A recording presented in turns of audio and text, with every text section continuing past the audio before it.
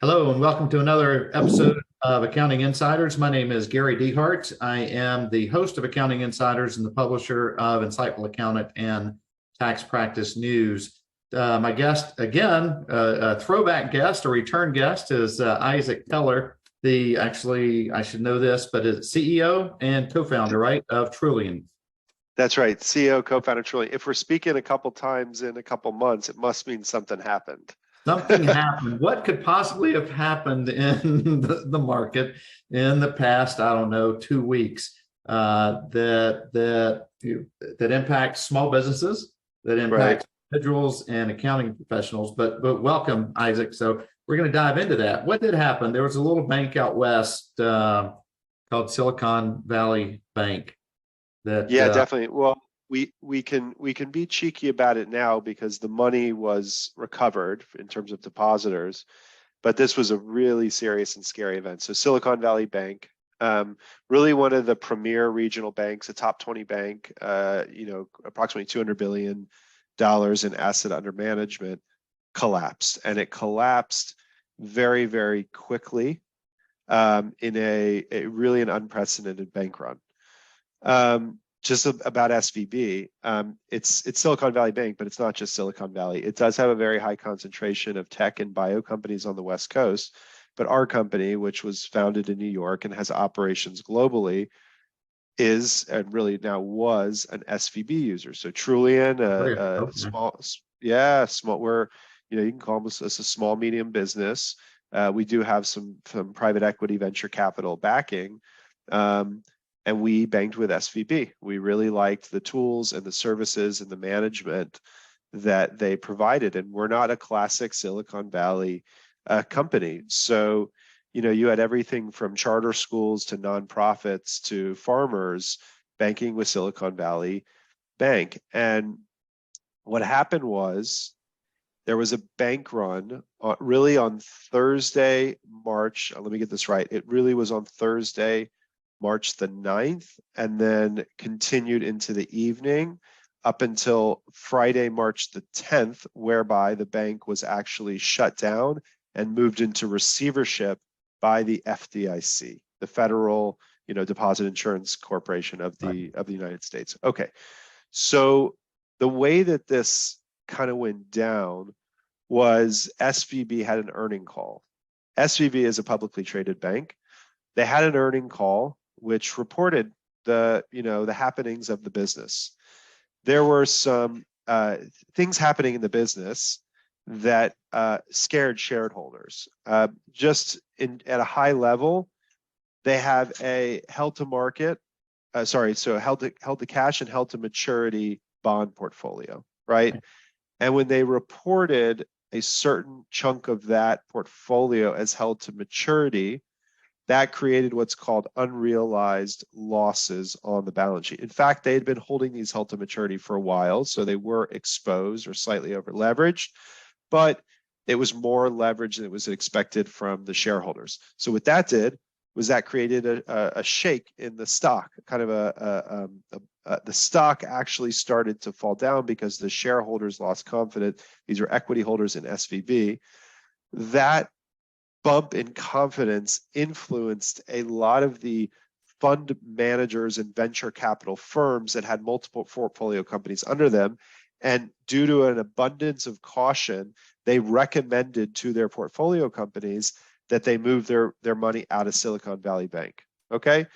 Now, as we know with human nature, everyone thinks they are individuals, but in a bank run, everyone's actually together. And I personally, as an entrepreneur, as a founder, was on WhatsApp groups and Twitter groups and Slack groups where everyone was starting to pull it out. So obviously, we have 60 people on payroll, right? We're going to start protecting our people in our business, and we're going to pull that out. So that's what happened. SVB collapsed in miraculous fashion. Over 42 billion was pulled out in that, let's call it 24-hour less window. When we went out Thursday night, we had a large amount, over 10 million. I'll just say it. It's publicly it's public knowledge that our company has raised kind of 8-figure financing rounds. So we had over $10 million in the bank. We did try to pull it out along with many others, again, out of an abundance of caution for our employees, not trying to trigger any sort of bank run.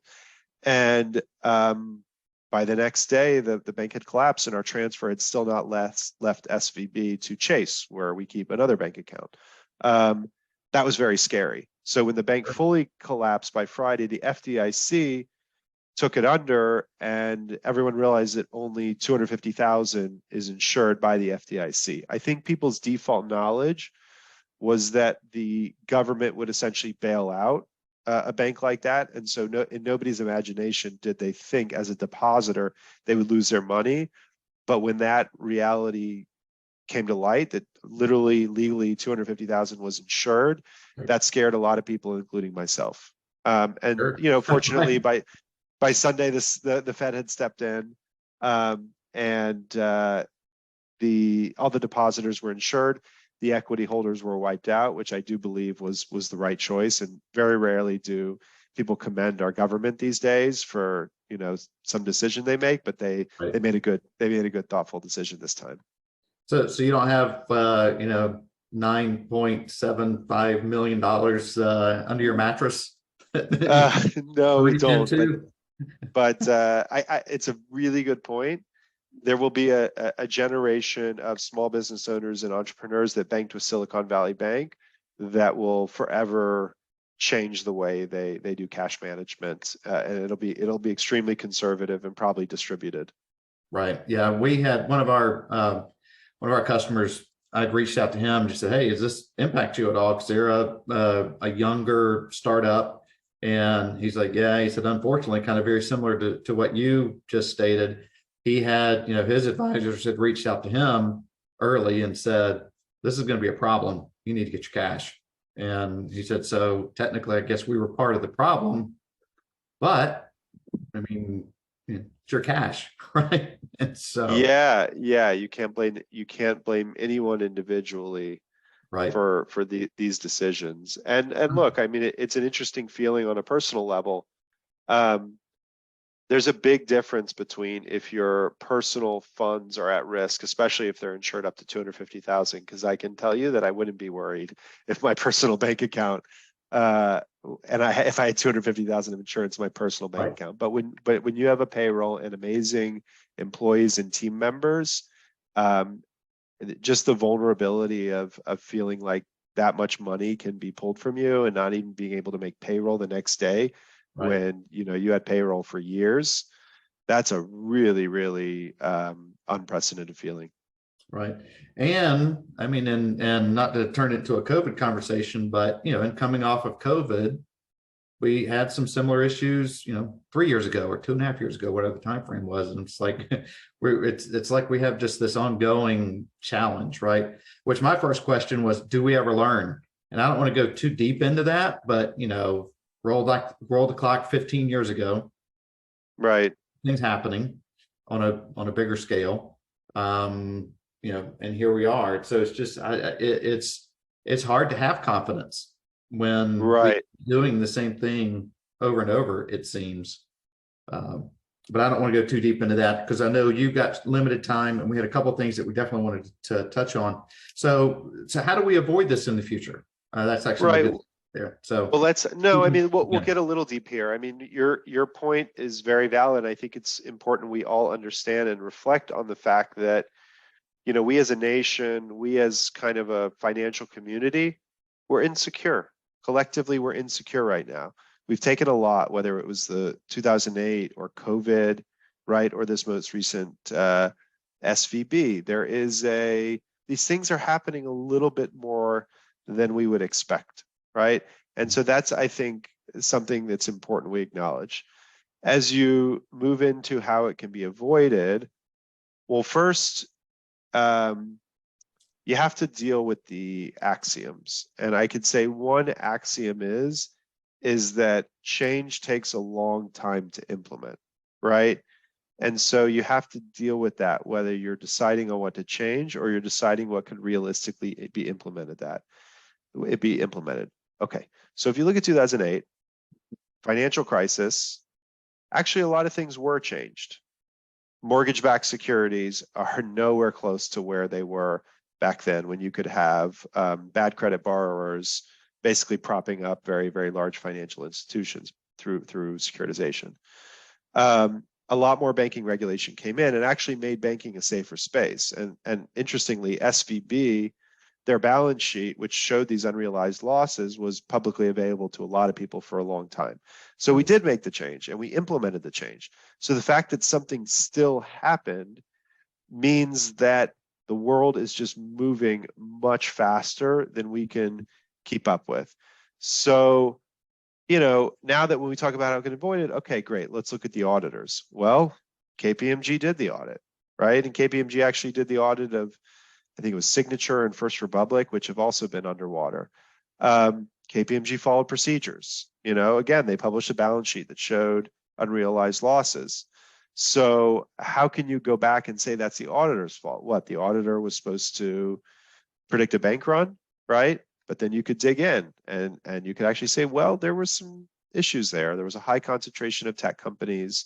The ratio of depositors that have more than 250,000 versus the unrealized losses was on another quadrant than all the other banks that have that similar ratio.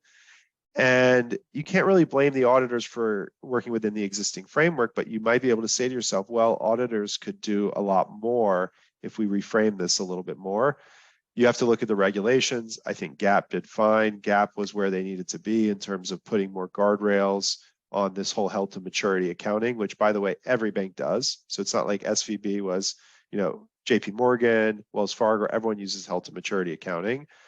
SEC, should banks be publicly traded? I don't know. I think we should sit here and stop trying to dissect what went wrong and think really, really big and just admit to ourselves, going back to your first point, that the pace of business is frenetic and we need to maybe think of more futuristic or third-party approaches to this beyond just blaming the auditors and GAAP. So that's where we stand. I can get a little bit more into the recommendations we're making. But we have to just agree that no matter what we do, it's hard, and we probably have to stop just thinking about the things that we've always done and really just get creative and a little bit more bold, let's say. Yeah. And I'm no auditor, and I certainly couldn't speak from the side of an auditor, but I mean, their job is to go in, right, and dissect it and look at it and say, hey, here's the facts. Here's what we found, right? It's not really necessarily their job, and this is a question. It's not necessarily their job to make recommendations. They're just there to go and look and say, this is what we found. Right. Well, based on that, right? Well, let's think big for a second. Let's just frame it a little bit differently. If you're an auditor, when auditors are invented or auditors start to really pop up more, whatever decade it is, you go to school and you have a very, very, still to this day, but you have a very, very high integrity and a high duty around making sure that you are, let's say, flagging and managing risk for the financial stakeholders and shareholders. Like that is like a principle of what you do. Fast forward a few decades later, that's still, the subtitle of your CPA diploma or whatever it is. But realistically, you're going in there, you're cleansing some data, you're enforcing GAAP, you're doing some SOX compliance. And I think it's okay to say now that if you revert to the core principles of being an auditor and accountant, you may be able to admit now that we're behind the 8 ball, right? And we're not doing what we originally set out to do. So yes, you're right that they were doing their job, but at the same time, auditors should be challenging themselves, their partners, their rule makers, and saying, guys, we're behind and this is only going to get worse, and we need to think about how to bridge the gap. Is AI part of that bridge? I would imagine that it is. Well, it is, and obviously it's very powerful, but also by default, you need to be looking at the latest and greatest tools and experiments. Once upon a time, an Intuit database was an innovation. Once upon a time, an Excel spreadsheet was an innovation, and each of those helped accountants and auditors do their job a lot better.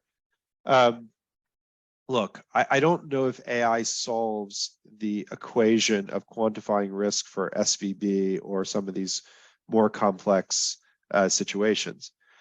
What I do know is that it can really, really be applied to the data extraction layers and some basic Q&A technical accounting layers, which then frees up your time and energy for the larger risk quantification, right? And the more strategic thinking. And I know everyone says that, but it's real. And let me just try to, codify that for a second, okay?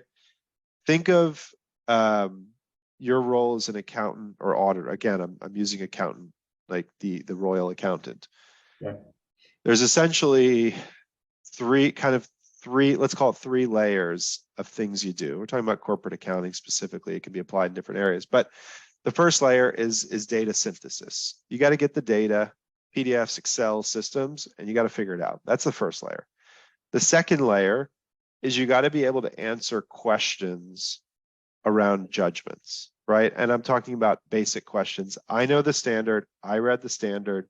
This is how this is treated, right? That's the second layer. The third layer is an advice and a judgment and a creativity layer.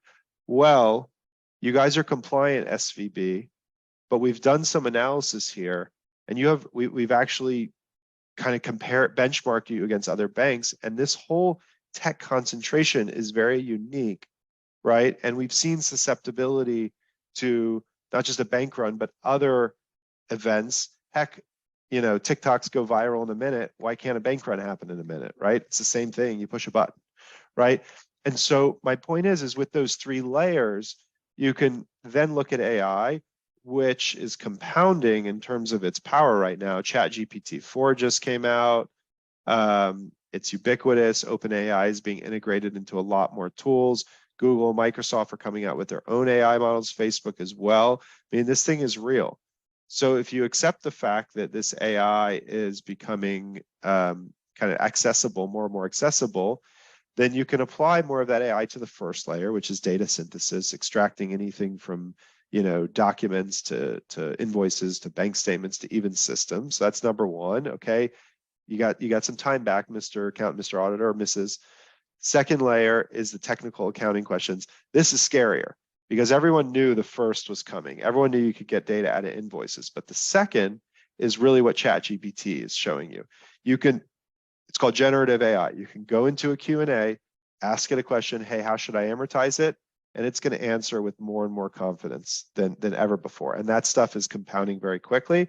And you can assume that if it's written in a 100-page standard, it's answerable in a 100-word chatbot.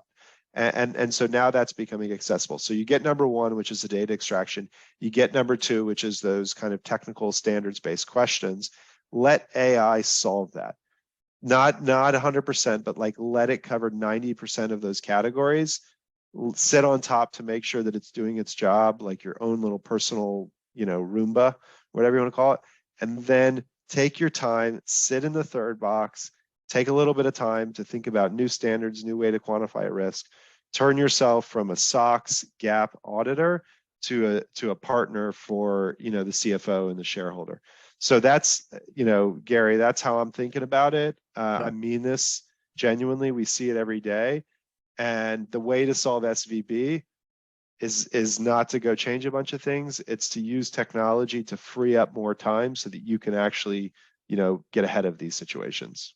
Yeah, red flags going off everywhere, right? And oh yeah, and it can be right there on your desktop. So I know you've got to run. Just can you close just with thoughts on or what you might be reading? You're pretty close to this. Just kind of the bank contagion or fallout that we might see rumbling forward. Because I've read different articles here and there, and I don't know if it's one you just wrote something for us, and I don't know if it was in yours or another one that I read, but saying that there's another 150 or so banks that are questionable. Right. Look, I think so. First of all, it's true, right?